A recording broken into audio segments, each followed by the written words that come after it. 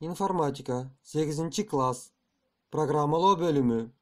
Тема камтылган шарттуу амалдар жана циклдер.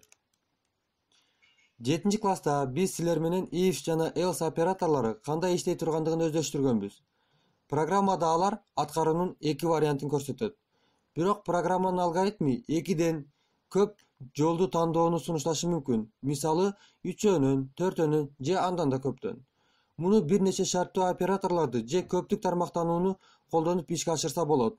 Бул учурда if жана else сөздөрүнөн кийин жаңы шарттуу оператор жазылат. Мисалды карап көрөлү. Киргизилген сан 0дөн чоң, же 0гө барабар, же 0дөн кичине болушу мүмкүн. Барабардыкты текшерген экинчи if шарттуу оператору else блогунун ичинде жайгашкан жана камтылган шарттуу оператор болуп саналат. Качан else операторунан кийин if оператору кеткен учурларда аларды elif деген бир оператор менен алмаштырса болот. Else'ден айырмаланып elif'тин баш сөзүндө if операторундагыдай сөзсүз шарт болушу керек. Мындай конструкцияны бир деңгээлдеги камтылуунун көптүк тармактануусу же каскаддык тармактануу деп аташат. Else if'ти бириктирип elif деп жазууга мүмкүн. Биринчи маселе. Көптүк тармактануу талап кылынган маселени карайбыз. Берилген x жана y координаталары боюнча координаттык тегиздиктин чейрегин аныктоо керек. X жана y өзгөрмөлөрүндө клавиатурадан киргизилген бүтүн сандык маанилер сакталат. Келтирилген программада if, else шарттары кезеги менен текшерилет жана биринчи чыныгы шартка дал келген блок аткарылат. Камтылган циклдер. Эгер цикл башка циклдын ичинде жайгашса, ал камтылган цикл деп аталат. Башкача айтканда, циклдын ар бир кадамында ошондой эле циклдын алгоритмди туюндурган аракеттер аткарылат. Ал мындай иштейт. Биринчи жүрүштө сырткы цикл ички циклды чакырат. Ал өзүнүн акырына чейин аткарылгандан кийин башкаруу кайрадан сырткы циклдын тулкусуна берилет. Экинчи жүрүштө сырткы цикл кайрадан ички циклды чакырат. Ошентип бул процесс сырткы цикл аяктамайынча кайталана берет. Экинчи маселе. Экранга көбөйтүүнүн таблицасын чыгарабыз. Ал үчүн сырткы циклда 1ден 9га чейинки сандарды терип чыгуу керек. Ал сандардын ар бирине ички циклда 1ден 9га чейинки сандарды терип чыгуу керек. Мындагы ички циклда биринчи катардагы сырткы жана ички циклдердин өзгөрмө эсептегичтерин көбөйтүү керек. Ушундай жол менен сырткы циклдын 1 аткаруусуна ички циклдын 9 аткаруусу туура келет жана көбөйтүүнүн таблицасынын бир сабы түзүлөт. Ар бир саптан кийин жаңысына өтүү керек. Бул ички цикл аткарылып бүткөндөн кийин сырткы циклда жүргүзүлөт.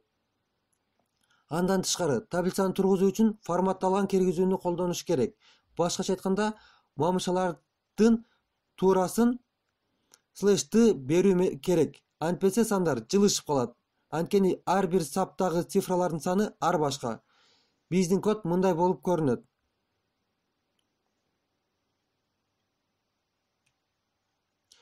Жыйынтык. Үчүнчү маселе. Экранда эки түрдөгү символдордун жардамы менен тик бурчтук тарталы. Тик бурчтуктун четтери 0 символу менен, ал эми анын ичи 1 символу менен тартылсын. Мейли, тик бурчтуктун узундугу 20 символго жана туурасы 7 символго барабар болсун. Сырткы цикл саптарды терип жатып, биринчи жана акыркы цифраларга 0ду коюш керек. Эгерде сап биринчи же акыркысы болсо, 0 башынан аягына чейин тизилип чыгат. Калган бардык учурларда 1 цифрасын коебуз. Программаны жазалы. Биринчи сапты 7 жолу чыгарабыз. Эгерде сап биринчи же акыркы болсо, бул жерде карап көрүңүздөр. I барабар 0 же I барабар 6 деп шарт турат. Акыркы болсо, бардык 20 жолу аткарат. 0ду чыгарабыз, антпесе 0ду чыгарабыз. Биринчи жана 19дан башкасына 1 цифрасын чыгарабыз. Break жана continue операторлору. Кээде бизге белгилүү бир шарттарда программаны мажбурлап циклден чыгаруу талап кылынат. Мындай учурлар үчүн break оператору колдонулат. Эгерде цикл кайсы бир белгилүү өтүүнү өткөрүп жана кайра улантылышын кааласак, анда continue оператору колдонобуз. Операторлорду мисалдарда салыштыралы. Биринчисинде, эгерде массивдин элементтеринин ичинен бирөө 3 болуп калса, анда программаны аякта. Жыйынтык 1 2. Биринчи элемент, экинчи элемент чыгарылды, үчүнчүгө келгенде брек бул циклды аягына чыгарып койду, ошо менен программабыз аягына чыгып калды.